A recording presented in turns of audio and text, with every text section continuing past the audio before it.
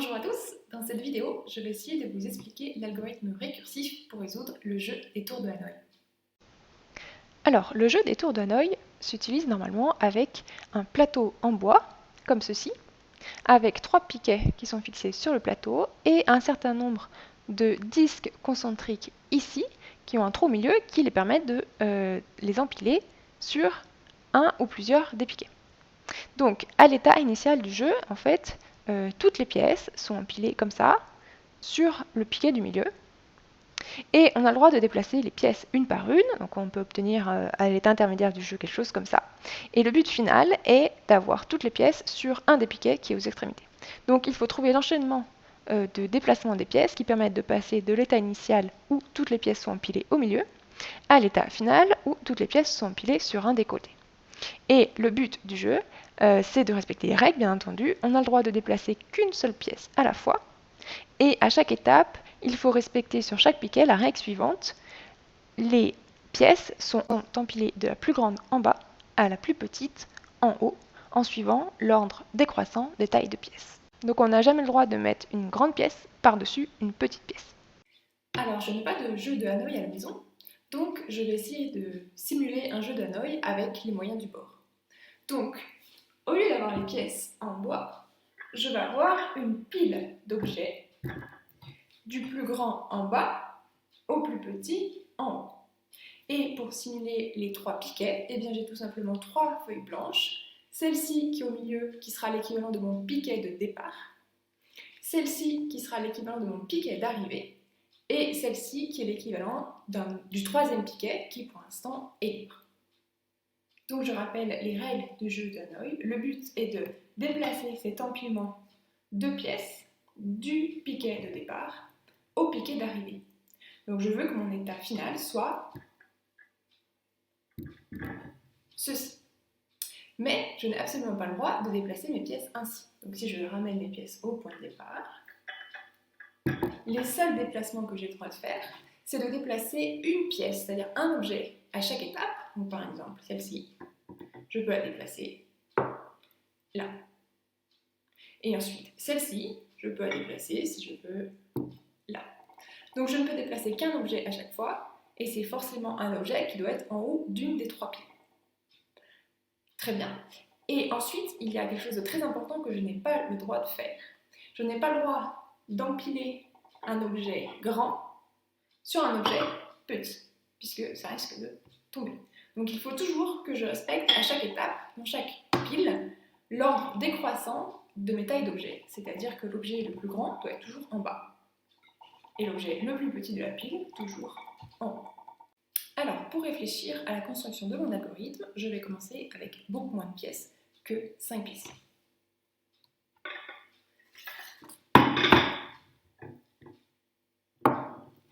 Je vais résoudre le jeu des tours de Hanoï avec une pièce. Donc j'ai mon objet numéro 1 qui est sur mon départ et je souhaite qu'il aille sur mon tas d'arrivée. Et bien tout simplement, en un seul déplacement, hop, j'ai résolu mon problème.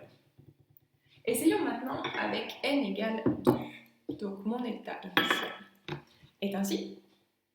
Le but est que cet empilement de 2 objets se retrouve ici. Et bien pour cela, il paraissait naturel de vouloir mettre la tasse de côté sur mon tas qui est libre. Ainsi, je peux déplacer l'objet numéro 2 à l'arrivée que je souhaite. Et maintenant, je peux reprendre ma tasse et l'empiler ici. Donc j'ai résolu le problème pour n égale 2. Essayons maintenant de résoudre le problème pour n égale 3. J'ai donc un empilement de 3 objets ici. Et je veux à l'état final que mon empilement de 3 objets soit là. Alors, je me rappelle que j'ai réussi à résoudre le problème des tours de Hanoï pour 2 objets juste avant. Et je vais m'en servir. Pourquoi? Quelle est ma stratégie? Eh bien, pour pouvoir déplacer ce tas de 3 objets, il faudrait que je libère ma soucoupe qui est ici pour pouvoir la déplacer là. C'est-à-dire qu'il faut que je mette ce tas de 2 objets qui me gênent ailleurs. Alors, pour ça, je vais prendre des petits panneaux de départ et d'arrivée provisoire. Donc, mon tas de 2 objets est au départ ici. Et je veux le mettre à un endroit qui ne me gênera pas, à savoir là. Donc je vais déplacer mon tas de 2 objets de ce départ à cette arrivée. Alors pour cela, je me rappelle que il s'agissait de mettre la tasse de côté sur un piquet qui était ni mon départ ni mon arrivée, c'est-à-dire ici, mon piquet qui est libre. Puis, je prends mon ramequin qui est maintenant libre, je l'emmène à l'arrivée que je souhaite, et maintenant je peux ramener la tasse à mon arrivée. Et donc, j'ai fini mon déplacement de deux objets, de mon départ qui était là à mon arrivée qui est là. Maintenant, je reviens à mon départ officiel pour n égale 3, je prends ma soucoupe et je la mets ici sur mon arrivée officielle. Très bien. Et maintenant, il faut que ce tas de deux objets se retrouve maintenant là. Eh bien, je reprends mes petits départs et arrivées provisoires, mon tas de deux objets, un départ ici et une arrivée là. Donc, je mets la tasse de côté sur un endroit qui est ni mon départ ni mon arrivée, c'est-à-dire là. Puis, je prends mon objet numéro 2, je le mets à l'arrivée que je souhaite. Et maintenant, je peux reprendre ma tasse et le mettre à l'arrivée que je souhaite. J'ai fini mon déplacement de deux objets. Et en fait, en finissant ce déplacement de deux objets, j'ai fini mon déplacement de trois objets, puisque maintenant mon implément est ici, bien sur l'arrivée que je souhaitais. Je suis maintenant prête à faire mon algorithme pour les tours d'Hanoï pour tout n. Donc je suppose que j'ai n pièces empilées, donc ici dans l'exemple n égale 5, mais je vais raisonner pour tout n.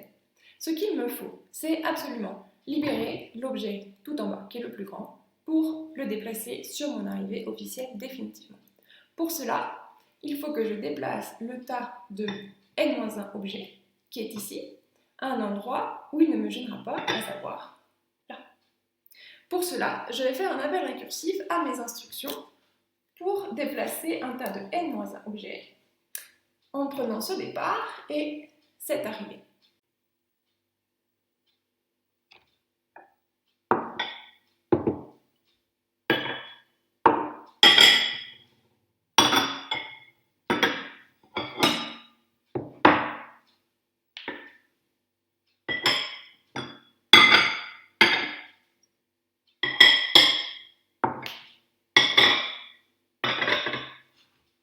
Voilà. Alors maintenant, j'enlève ce départ et arrivée provisoire, puisque j'ai réussi à faire mon appel récursif pour déplacer n-1 objet d'ici à là. Maintenant, je peux donc prendre le très grand objet et le déplacer définitivement sur mon arrivée. Et maintenant, il ne me reste plus qu'à refaire un appel récursif pour déplacer ces n-1 objets qui sont là et les amener là.